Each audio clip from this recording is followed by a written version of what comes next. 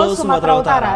Selamat sore pemirsa, Sumatera Utara hari ini kembali hadir menjumpai Anda edisi Jumat 18 Oktober 2024. Bersama saya Khairul Arif. Dan saya Nisa Redi. Informasi seputar Sumatera Utara telah dirangkum oleh tim redaksi kami untuk Anda. Dan berikut Sumatera Utara hari ini selengkapnya.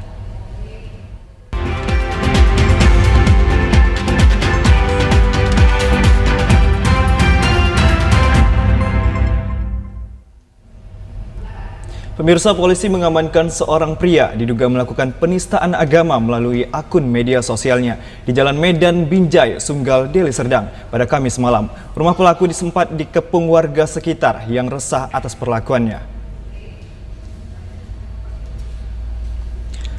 Rudi Simamora diduga telah melakukan penistaan agama melalui akun videonya yang viral di sosial media. Dalam video yang dilakukan secara live, Rudi Simamora menyamakan Nabi Muhammad dengan seorang dukun. Warga yang berang atas perbuatan Rudi Simamora yang tidak berakhlak tersebut langsung mendatangi rumahnya. Mengetahui adanya warga yang mengepung rumahnya, ia pun kembali live di media sosial meminta pertolongan polisi. Dalam video yang berdurasi 2 menit ini, Rudi Simamora memohon kepada followersnya agar menelpon polisi karena rumahnya dikepung warga. Mengetahui hal itu, personil Polsek Sunggal dan Brimob Polda Sumut langsung mendatangi rumah terduga pelaku dan membubarkan warga yang berkerumun. Dengan dikomandoi Kapolsek Sunggal Kompol Bambang G. Huta Barat, polisi berhasil mengamankan pelaku dan dibawa ke Polrestabes Medan. Kepala Dusun Salim Ginting menjelaskan warga mengepung rumah terduga pelaku karena diduga telah menistakan agama. Malam udah mulai viral memang Pak, masalah penistaan agama. Malam ada bahasa dia itu, Allah itu rasis kata dia gitu. Tidak dikepung, cuman sebagian dari masyarakat kan ada mengetahui, cuman menanti untuk dijemput sama pihak yang berwajib. Sekitar 1 jam. Sama yang ini udah kedua kali.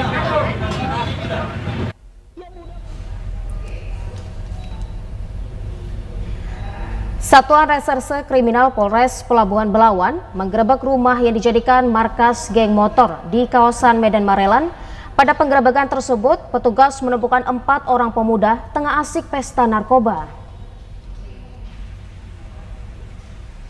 Patroli rutin yang dilakukan Satuan Reserse Kriminal Polres Pelabuhan Belawan dalam mengantisipasi kejahatan jalanan, petugas mendapati salah satu rumah yang dijadikan tempat berkumpul sejumlah pemuda yang diduga geng motor di kawasan Jalan Marelan Raya, Kecamatan Medan Marelan, Kota Medan. Dari lokasi, petugas mengamankan 4 orang pemuda yang tengah berpesta sabu dan menyita sejumlah barang bukti berupa senjata tajam serta sisa narkoba jenis sabu, dan membawa seluruh terduga pelaku ke Polres Pelabuhan Belawan. Kasat Reskrim Polres Pelabuhan Belawan, AKP Rivi Nur Faisal Tombolo Tutu mengatakan petugas yang tengah melakukan patroli dalam rangka mengantisipasi kejahatan jalanan, begal hingga geng motor, serta mengamankan 4 pemuda yang sedang pesta narkoba. Petugas juga mengamankan sejumlah senjata tajam yang digunakan pelaku dalam beraksi sebagai geng motor. Terima kasih rekan-rekan media bahwa kami jelaskan pada saat melakukan patroli malam minggu dalam mencegah geng motor dan curas dan curat, Polres Pelabuhan Belawan mengamankan 4 orang yang dimana diduga merupakan markas geng motor dan ditemukan bahwa para pelaku sedang menggunakan sabu dan juga ditemukan senjata tajam. Kini keempat pemuda tersebut beserta sejumlah barang bukti dibawa ke Polres Pelabuhan Belawan untuk tes urin dan pemeriksaan lebih lanjut. Pemirsa, petugas Satuan Reserse Narkoba Polrestabes Medan menggerebek kawasan Jermal 15 yang dikenal sebagai sarang narkoba di Kota Medan. Pada penggerebekan ini, polisi meringkus 3 orang pelaku dan menyita puluhan alat bekas pakai narkoba atau bong. Penggerebekan dilakukan setelah polisi kembali menerima informasi dari masyarakat terkait dengan munculnya kembali praktek penyalahgunaan narkoba di tempat ini. Pada penggerebekan yang sudah berulang kali dilakukan di tempat ini, polisi sempat terlibat aksi kejar-kejaran dengan sejumlah pelaku yang berupaya kabur saat petugas datang. 3 pria yang diduga pengguna narkoba berhasil ditangkap dan kemudian dibawa ke Polrestabes Medan untuk proses penyelidikan lebih lanjut. Kanit 3 Satres Narkoba Polrestabes Medan Ibtu Andik Wiratika menyebutkan, selain menangkap 3 pria diduga pengguna narkoba, polisi juga menyita puluhan alat pakai narkoba yang ditemukan di barak narkoba. Polisi kemudian menghancurkan barak narkoba tersebut dengan bantuan perangkat desa setempat. Jika praktek penyalahgunaan narkoba kembali ditemukan, polisi memastikan akan kembali melakukan penggerebekan hingga kawasan ini bebas dari narkoba. Kami dari Satres Narkoba Polrestabes Medan melaksanakan GSN di wilayah Jermal, yang dimana hasilnya kami mengamankan 3 pelaku, yang dimana langsung kami tes urin, itu mendapatkan positif urin sabu. Barang bukti yang kita temukan apa? Barang buktinya yaitu ada beberapa paket sabu dan juga ada alat hisap bong dan perlengkapan lainnya. Ya, betul, ada barak yang kita temukan dan selanjutnya kami hancurkan bersama juga dengan Kepling setempat. Kawasan Jermal 15 ini kerap menjadi kawasan rawan peredaran narkoba yang meresahkan masyarakat. Disinyalir juga menjadi tempat berkumpulnya kelompok kriminalitas di Kota Medan yang berakar pada penggunaan narkoba. Pemirsa, seorang pria pengguna narkoba di Kota Tebing Tinggi terjaring operasi Zebra Toba 2024. Pria ini sempat berusaha melarikan diri, namun gagal karena sepeda motor yang dikemudikannya jatuh. Kini pelaku telah diamankan untuk pengembangan lebih lanjut. Inilah video amatir dari petugas Satlantas Polres Tebing Tinggi saat pengguna narkoba terjaring razia. Pelaku dicegat petugas untuk memeriksa kelengkapan surat-surat. Namun gerak-geriknya berusaha kabur sehingga petugas mengambil tindakan tegas. Namun usahanya gagal karena petugas lebih sigap dan berhasil mengamankan pria pengguna narkoba ini. Pria bernama Denny Arifin, usia 30 tahun, warga Jalan Gatot Subroto, terjaring petugas. Berawal saat petugas gabungan Polres Tebing Tinggi melakukan operasi Zebra 2024 di Jalan Gatot Subroto yang dipimpin Kasatgas Preventif Ibda MTP Marpaung. Saat petugas memeriksa kendaraan lain, pengguna narkoba ini berusaha melarikan diri. Namun naas sepeda motornya terjatuh. Petugas yang melihat langsung mengamankannya dan memeriksa pria tersebut. Ditemukan barang bukti alat isap sabu atau bong dan kertas tempat menyimpan sabu. Seorang laki-laki dengan mengendarai sepeda motor Vision warna putih. Karena melihat ada petugas polisi melaksanakan razia, laki-laki yang dari sepeda motor ini balik arah. Saat balik arah menabrak mobil Avanza. Nah, setelah petugas datang memeriksanya, terdapatlah di sepeda motornya ini di gantungan stang kereta bom, alat isap sabu, dan di alat bom ini ada sisa-sisa narkoba. Demikian. Saat ini kasusnya sudah dilimpahkan ke Sat Narkoba untuk pengusutan lebih lanjut. Pemirsa, 1 dari 3 personil tim SAR yang hanyut ditemukan selamat dan dievakuasi dari jurang tepi Sungai Laubiang di Kecamatan Kutabuluh, Kabupaten Karo. Personil tim SAR Jerry Novanda berhasil selamat dan dievakuasi dari jurang tepi Sungai Laubiang, Kabupaten Karo. Korban ditemukan Kamis kemarin di sekitar area perladangan di Desa Ujung Deleng, Kecamatan Kutabuluh, Karo. Setelah sempat hilang akibat insiden saat bersama tim melakukan pencarian korban hanyut dari Sungai Laubiang, Desa Limang, Kecamatan Tiga Binanga. Namun naas saat melakukan penyisiran sungai, perahu karet yang digunakan tim SAR terbalik akibat menghantam kayu di sungai yang arusnya sangat deras. Dari 3 anggota tim SAR yang sempat hanyut dan hilang, baru 1 orang tim SAR yang berhasil selamat. Kapolsek Kutabuluh AKP Poltak Hutahean menjelaskan, Polres Tanah Karo bersama tim gabungan dan masyarakat intensif melakukan pencarian. Setelah mengevakuasi Jerry Novanda dan memberikan pertolongan pertama, kemudian merujuknya ke Rumah Sakit Umum Kabanjahe.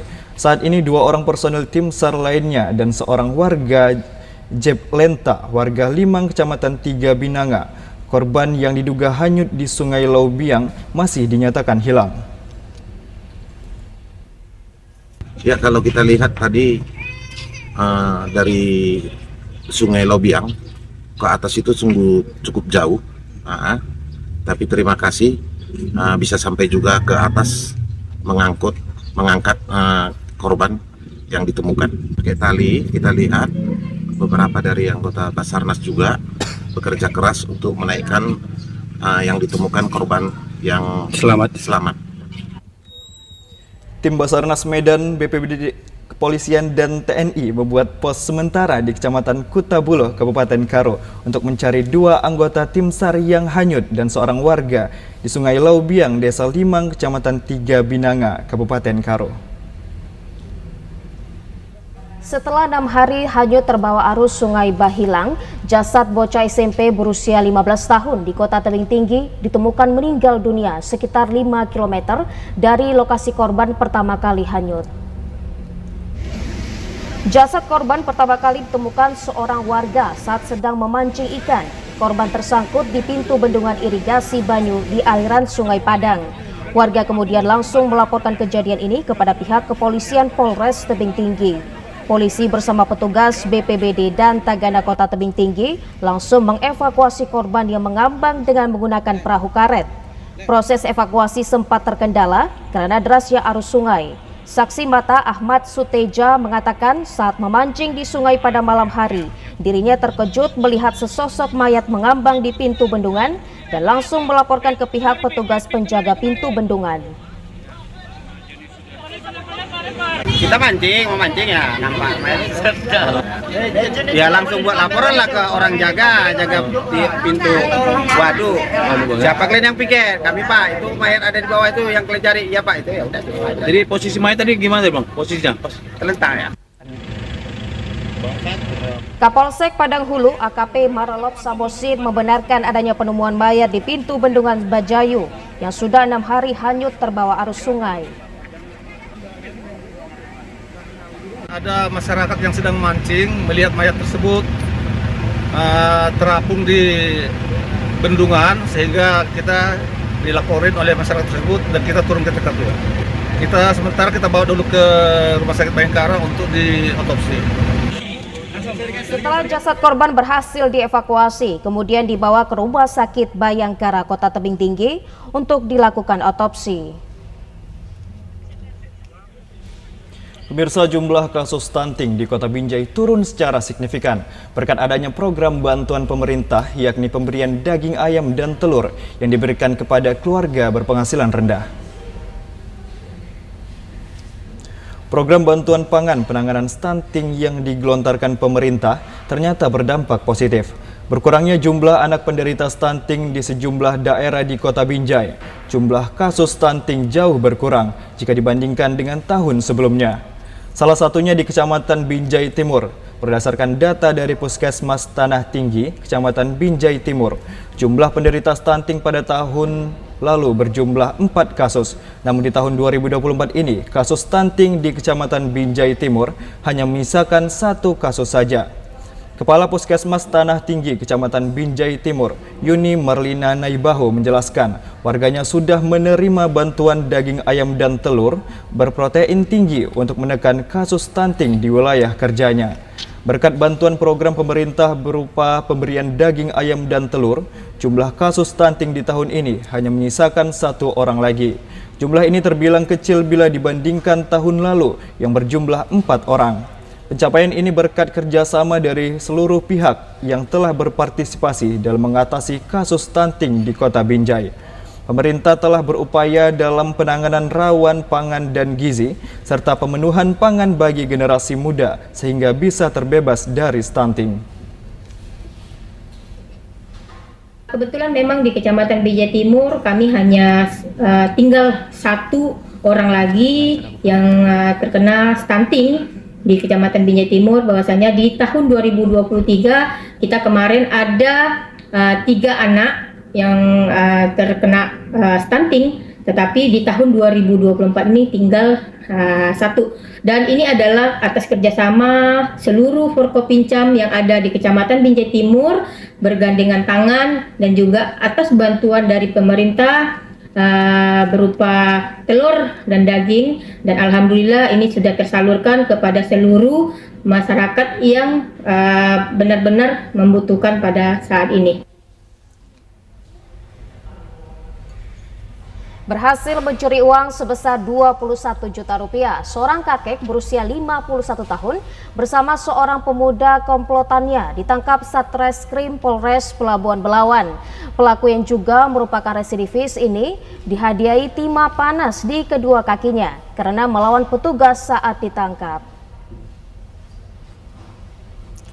Ius alias Ipan Cantik, 51 tahun, dan Rido Ardiansyah, 20 tahun, berhasil ditangkap Satuan Reserse Kriminal Polres Pelabuhan Belawan setelah dilaporkan melakukan pencurian dengan kekerasan di kawasan Pelabuhan Belawan, Kota Medan. Kedua pelaku dihadiahi timah panas di kedua kakinya karena melakukan perlawanan saat diamankan.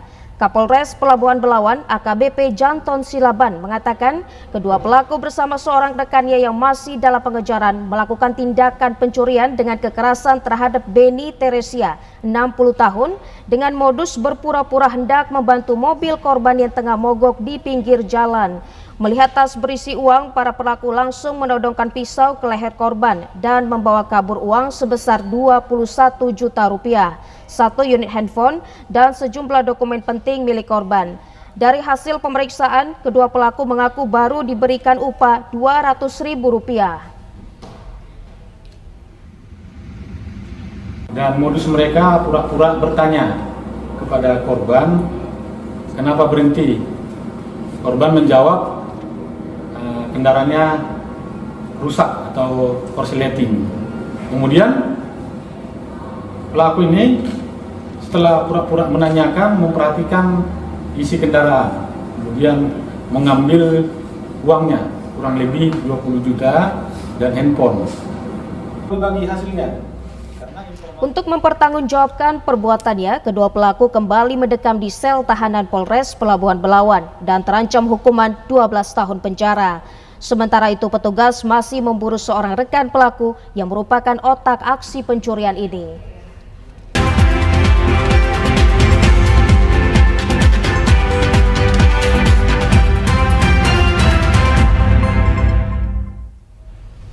Selamat sore pemirsa, Anda sedang menyaksikan Sumatera Utara hari ini. Satreskrim Polres Tapanuli Selatan menangkap seorang kepala desa yang melakukan korupsi dana anggaran pendapatan belanja desa. Dana tersebut diduga digunakan tersangka untuk memperkaya diri sendiri dan berfoya-foya.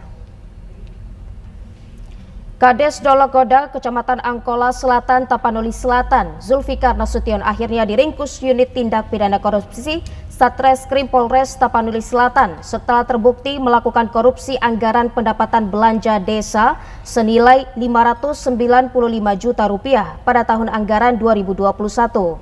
Tersangka yang sempat melarikan diri ke daerah Solok, Sumatera Barat dan Jambi diringkus petugas kepolisian Tipikor Polres Tapanuli Selatan di salah satu loket travel yang ada di Tapanuli Selatan. Wakapolres Tapanuli Selatan Kompol Rapi Pinakri menyatakan kasus ini terbongkar atas audit inspektorat dan laporan perangkat desa bahwa tersangka Zulfikar tidak menggunakan anggaran dana desa untuk kepentingan pembangunan desa. Di hadapan petugas, tersangka mengakui jika dana desa tersebut digunakan untuk berfoya-foya di tempat hiburan malam. Menerangkan bahwa kronologis kejadian yang pertama yaitu terjadi pada tahun 2021. Berdasarkan dokumen APBDes pendapatan desa Dologodang sebesar Rp1.972.485 yang terdiri dari dana desa, alokasi dana desa, dan pendapatan lainnya yang ditambah silpa tahun sebelumnya. Yang kedua, total anggaran yang telah ditarik kepala desa bersama dengan bendahara desa rekening desa sebesar Rp1.010.113.526.000. Atas perbuatannya, tersangka dijerat dengan pasal 2 dan 3 Undang-Undang Pemberantasan Korupsi tahun 1999 dengan ancaman hukuman maksimal 20 tahun penjara. Pemirsa, massa yang tergabung dalam Aliansi Mahasiswa dan Masyarakat Tapanuli Utara kembali menggelar aksi demo di gedung DPRD Tapanuli Utara dan kantor Bupati Tapanuli Utara menyuarakan tuntutan pembebas tugasan Sekda Taput. Ratusan massa dari Aliansi Masyarakat Tapanuli Utara kembali menggelar aksi unjuk rasa di gedung DPRD Tapanuli Utara dan kantor Bupati Tapanuli Utara. Kedatangan massa ini untuk meminta pemberhentian Sekda Taput yang terjerat dugaan tindak asusila dan belum adanya sanksi hukum yang dikenakan kepada yang bersangkutan. Koordinator aksi Belaster Purba mengatakan, kedatangan mereka kembali untuk melakukan aksi terkait belum adanya ketegasan dari Pemda Taput atas perilaku ASN yang diduga berbuat asusila yang dilakukan oknum pejabat tersebut dan telah beredar luas di masyarakat. Kedatangan massa yang menuntut pemberhentian Sekda Taput dengan pengamanan aparat TNI dan kepolisian yang diterima. Pimpinan sementara DPRD Taput Hendra Dedi Huta Barat, sejumlah anggota DPRD Taput berjanji untuk menindaklanjuti dan membahas hal tersebut dalam paripurna DPRD Taput. Aksi yang digelar di kantor Bupati bersamaan dengan sosialisasi kinerja ASN dan netralitas dalam pemilu kada dihadiri oleh Sekda Propsu Arif Sudarto Trinugroho, Kepala Inspektorat Pemprovsu Lasro Marbun serta Kepala BKPSDM Provinsi Sumut dan pejabat Bupati Taput Dimposma Sihombing.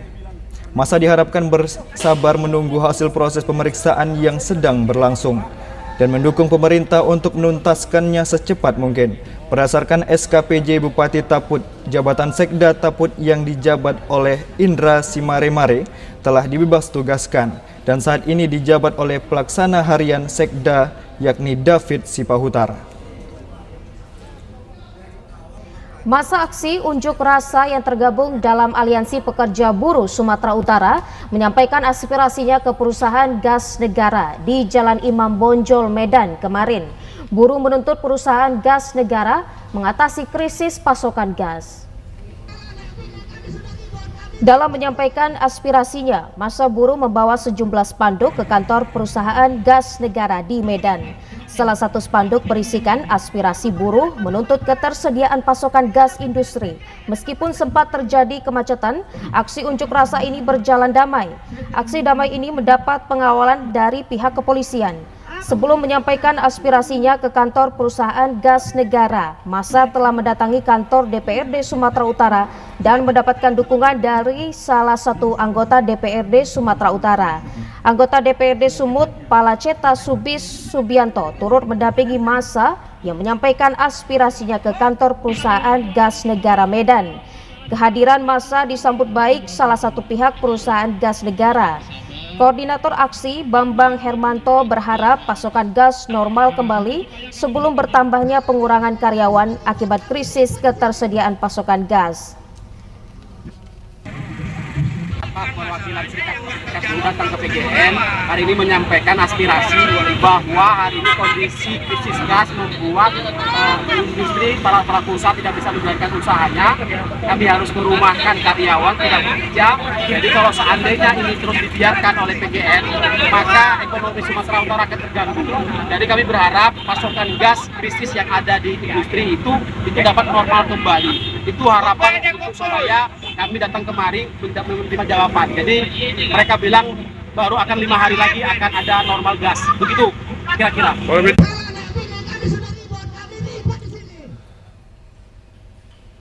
Pemirsa, pasca pertikaian sengketa lahan antara kelompok tani dengan PT VIA yang sempat terjadi keributan, Forum Pimpinan Kecamatan Lumut menggelar pertemuan mediasi dengan gabungan kelompok Tani Mulia Mara Gampo Siregar dengan pihak perusahaan sawit PT VIA terkait sengketa lahan.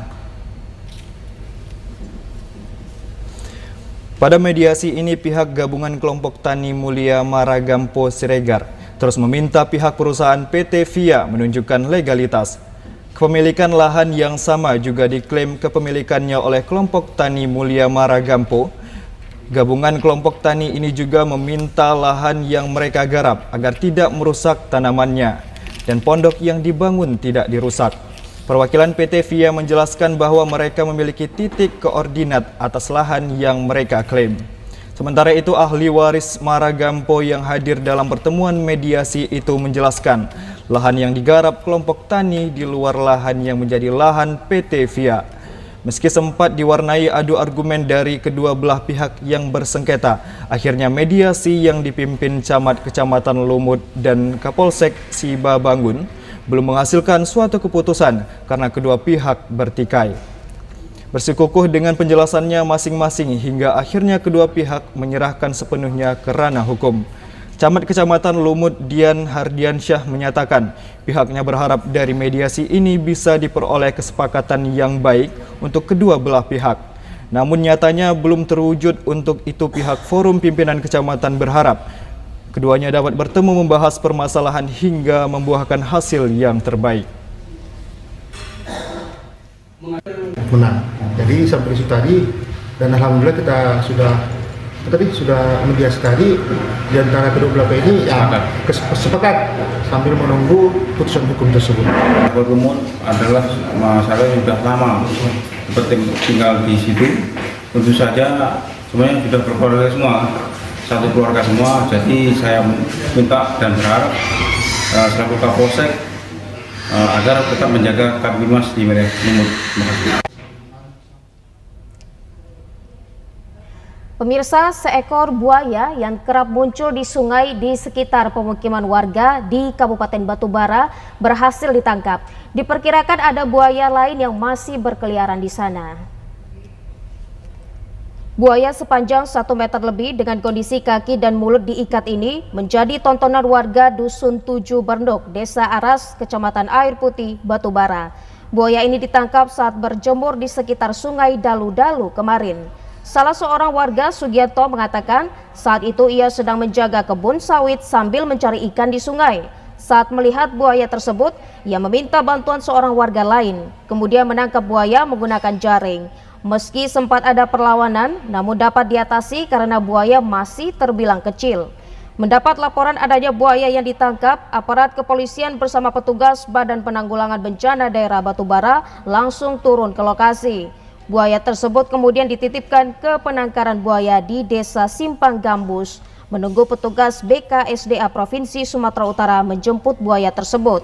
Sebelumnya sudah banyak warga yang melaporkan melihat buaya di aliran Sungai Dalu-Dalu. Warga berharap agar pihak terkait menyisir Sungai Dalu-Dalu dan sekitarnya karena diperkirakan masih ada buaya yang lebih besar lagi.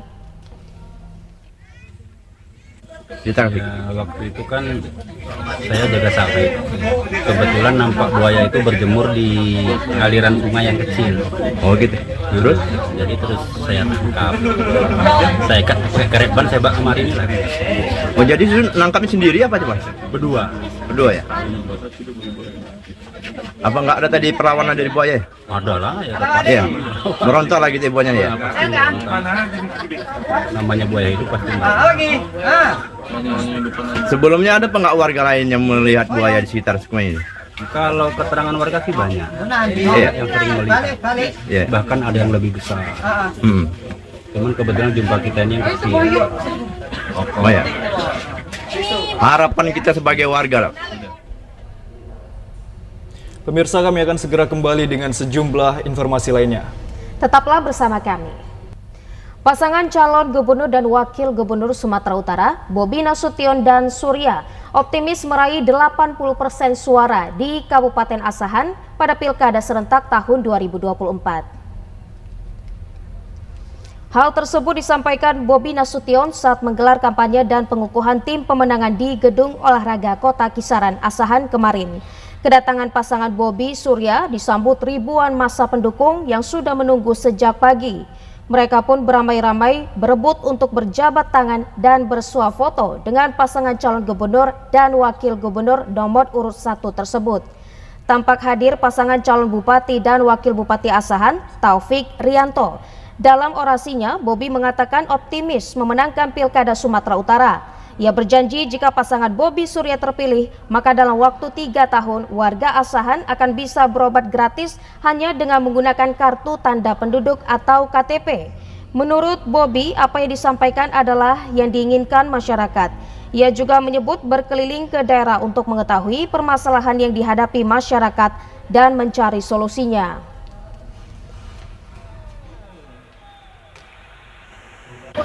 Harus optimis karena yang kita sampaikan itu adalah apa yang diinginkan masyarakat Sumatera Utara. Target Pak Surya, Pak Surya di sini 84%. Pak Jokowi ngasih pesan buat kami. Ini bagian dari persiapan debat keliling, tahu persoalan, kita cari solusi dengan apa yang sudah kami buat misi-misi. Nah, itu adalah persiapan debat ini. Pemirsa, ribuan relawan dan tim pemenangan pasangan calon gubernur wakil gubernur Sumatera Utara nomor urut 1 Bobi Nasution Surya memenuhi Gor Asahan untuk menyatukan sikap memenangkan pasangan calon tersebut pada Pilgubsu mendatang.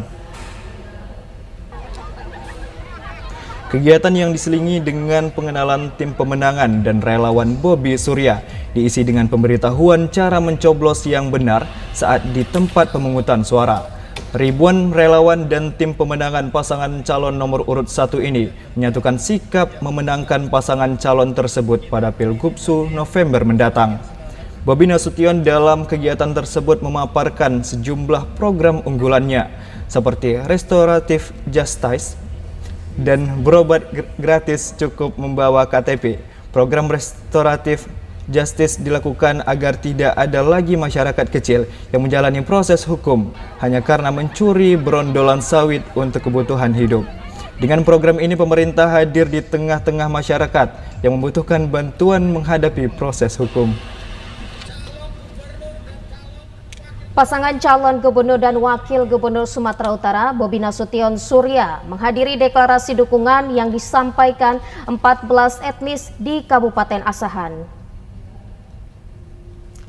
Ke-14 etnis tersebut yaitu Melayu, Batak, Nias, Tionghoa, Sunda, Jawa, Banjar, Dairi, Pakpak, Aceh, Simalungun, Karo, Aceh, dan India.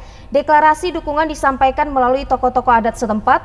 Calon Gubernur Sumatera Utara nomor urut 1 Bobi Nasution mengatakan ada 2 program kebudayaan yang telah dilakukannya di Kota Medan dan akan diterapkan di Provinsi Sumatera Utara bila dipercaya menjadi Gubernur Sumatera Utara.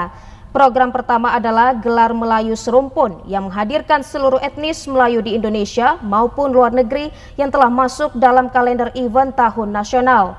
Kegiatan kedua event Dekranasda yang menampilkan kerajinan tangan dan etnis budaya.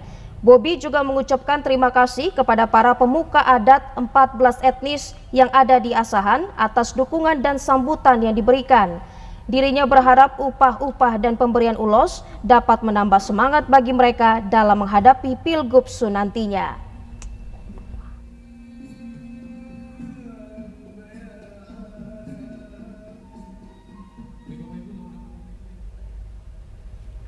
Pemirsa, kepemimpinan Edi Rahmayadi sebagai Gubernur Sumatera Utara. Kali ini dukungan datang dari warga Tionghoa yang menyebutkan pasangan Edi Rahmayadi Hasan Basri Sagala merupakan pasangan yang pantas untuk memimpin Sumut ke depan. Doa dan dukungan disampaikan para pemuka agama Buddha dan warga Tionghoa Sumut. Saat calon wakil gubernur Sumatera Utara nomor urut 2 Hasan Basri Sagala hadir dalam Chong Yang Festival 2024 di Taman Bodi Asri, Deli Serdang beberapa waktu lalu.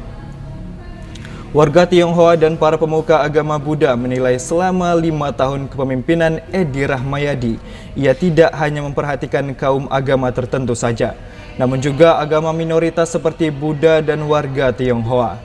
Bahkan mereka menyebut tudingan politik identitas yang selama ini dialamatkan ke Edi Rahmayadi sama sekali tidak terbukti pada masa kepemimpinannya sebagai Gubernur Sumatera Utara. Pada kesempatan ini, para warga Tionghoa juga mendukung dan mendoakan agar pasangan Edi Hasan dapat memenangkan kontestasi politik Pilkada Sumut November mendatang dan melanjutkan kerja nyata yang telah dilakukan Edi Rahmayadi selama periode lalu. Warga Tionghoa ini juga menuturkan dukungan yang disampaikan karena melihat kepedulian Edi Rahmayadi saat menjadi gubernur. Kaum Buddha dan Tionghoa terutama dalam hal izin rumah ibadah tidak dipersulit dan selalu dilakukan Edi Rahmayadi tanpa memandang suku, ras, agama, dan antar golongan.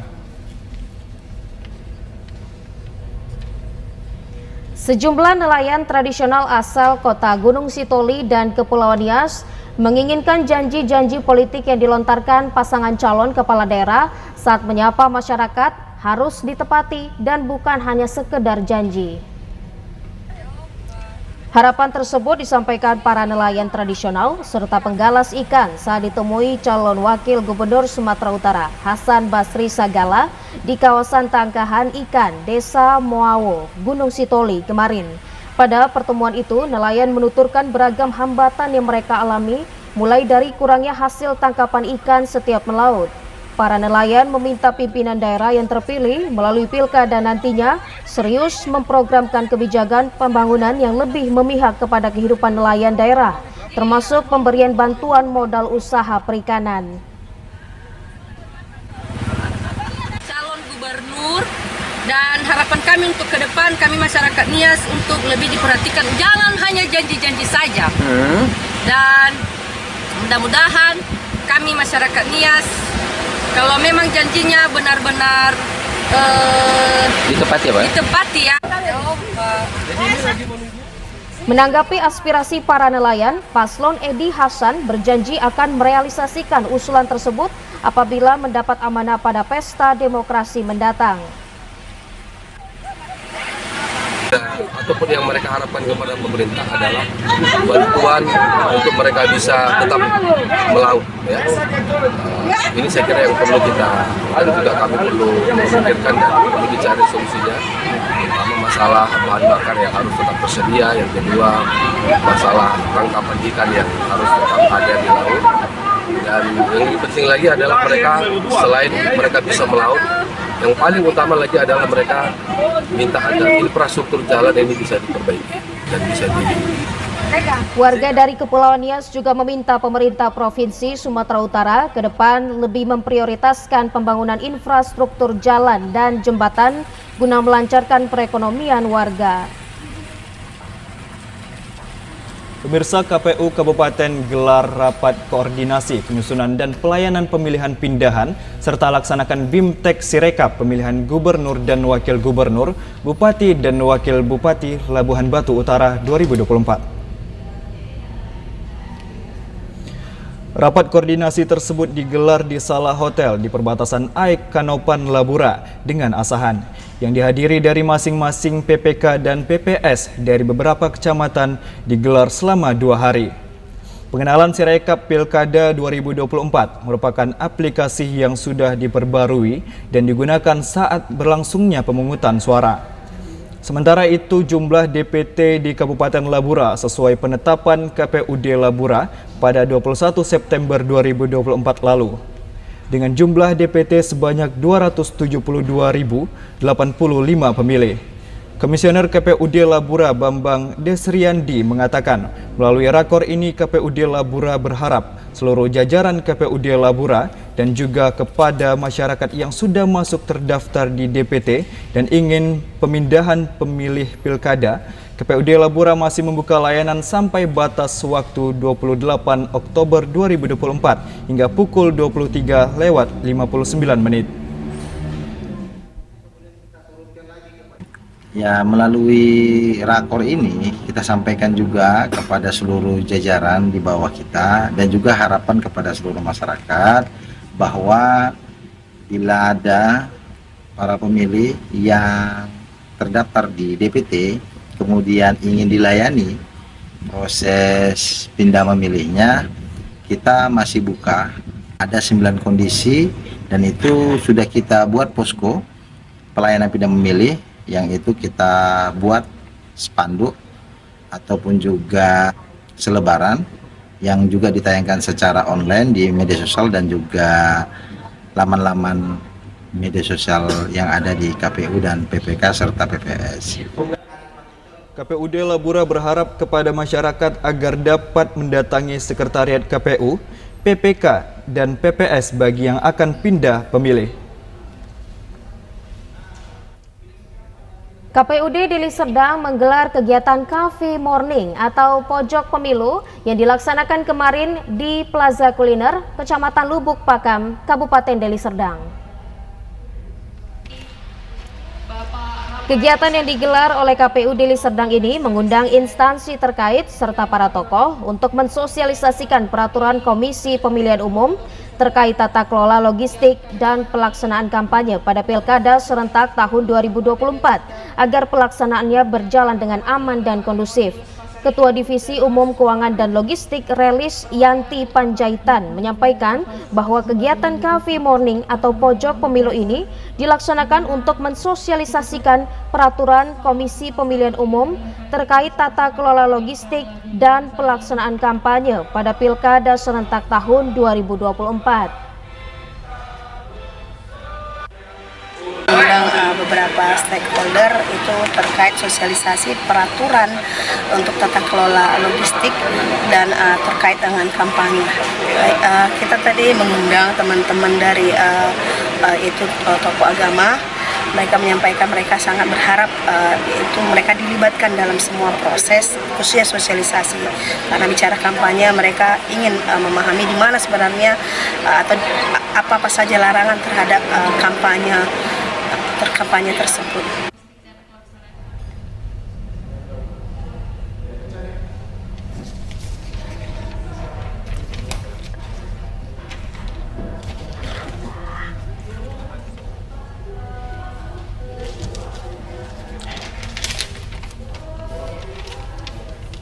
Sementara itu, Ketua Bawaslu Deli Serdang Febriandi Ginti mengatakan ada 4 poin pemetaan yang menjadi titik kerawanan dalam tahapan kampanye. Seperti dilaksanakan pada hari ini itu mengurai setiap kerawanan-kerawanan yang bisa saja terjadi.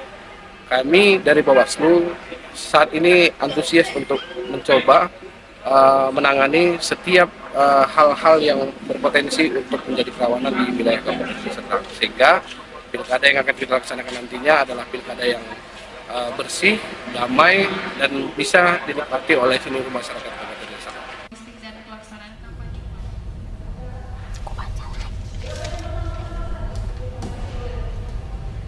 Pemirsa, Pemkab Toba tahun ini mendapatkan bantuan pembangunan DAK dari Kementerian Pendidikan tahun 2024 untuk sarana dan prasarana atau Sapras Pendidikan DISD dan SMP sebesar 38 miliar rupiah.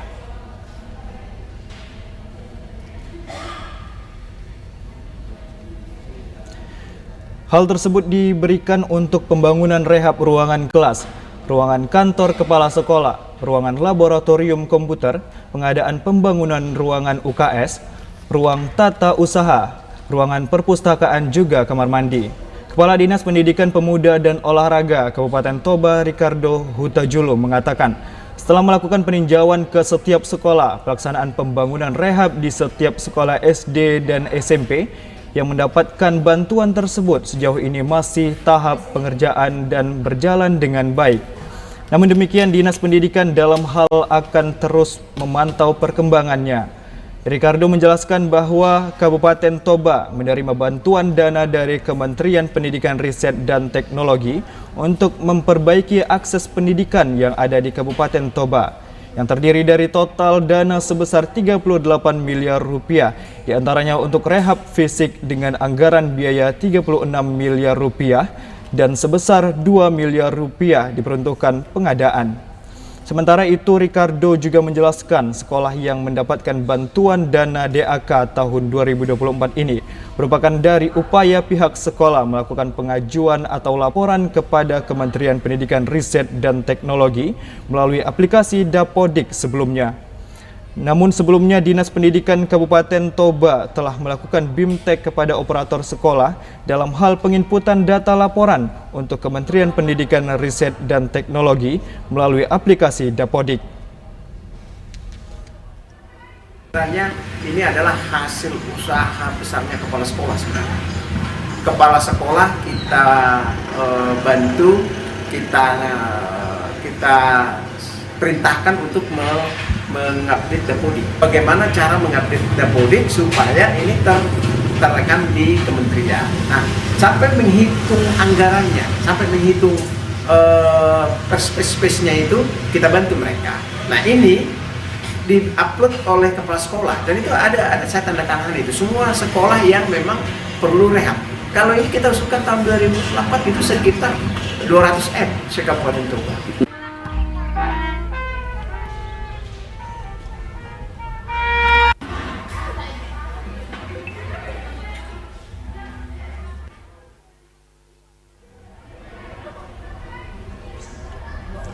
Komite Olahraga Masyarakat Indonesia (KORMI) Serdang Bedagai tengah memajukan olahraga rekreasi di masyarakat melalui olahraga tradisional seperti silat dan senam bagi ibu-ibu serta petualangan bagi anak muda.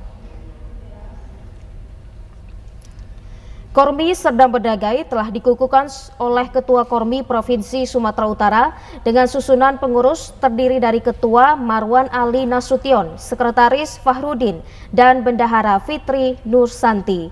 KORMI Sergai dibentuk sebagai upaya untuk mengembangkan olahraga rekreasi masyarakat baik secara kuantitas maupun kualitas dengan dukungan dari seluruh pengurus dan masyarakat. Optimis mampu menciptakan banyak inovasi baru dalam olahraga di Kabupaten Sergai, terlebih olahraga tradisional seperti silat. Dalam waktu dekat ini akan dilakukan event dari tiap-tiap desa sehingga masyarakat merasa terhibur dan menjadi tontonan yang menarik dan berdampak positif. Terbentuknya organisasi KORMI ini berjalan selaras, kita akan kembangkan, begitu juga kita akan koordinasi dengan pimpinan daerah agar KORMI ini bisa diperhatikan dan bisa maju ke depan. Saja. Ya, kita akan membuka kegiatan penampilan silat budaya di antar kecamatan dan banyak kegiatan-kegiatan lainnya tentunya yang akan kita tampilkan. Ketua KORMI Provinsi Sumatera Utara Baharudin Siagian berharap KORMI Sergai dapat mengolahragakan masyarakat dan memasyarakatkan olahraga dengan menaungi 10 inorga dengan cabang raga yang menarik bagi masyarakat seperti senam, voli petualangan, dan olahraga tradisional lainnya. Banyak hal inorga yang ada di dalam KORMI ini. Yang pertama mungkin ibu-ibu senam-senam. Udah itu juga ada olahraga petualangan, ada juga olahraga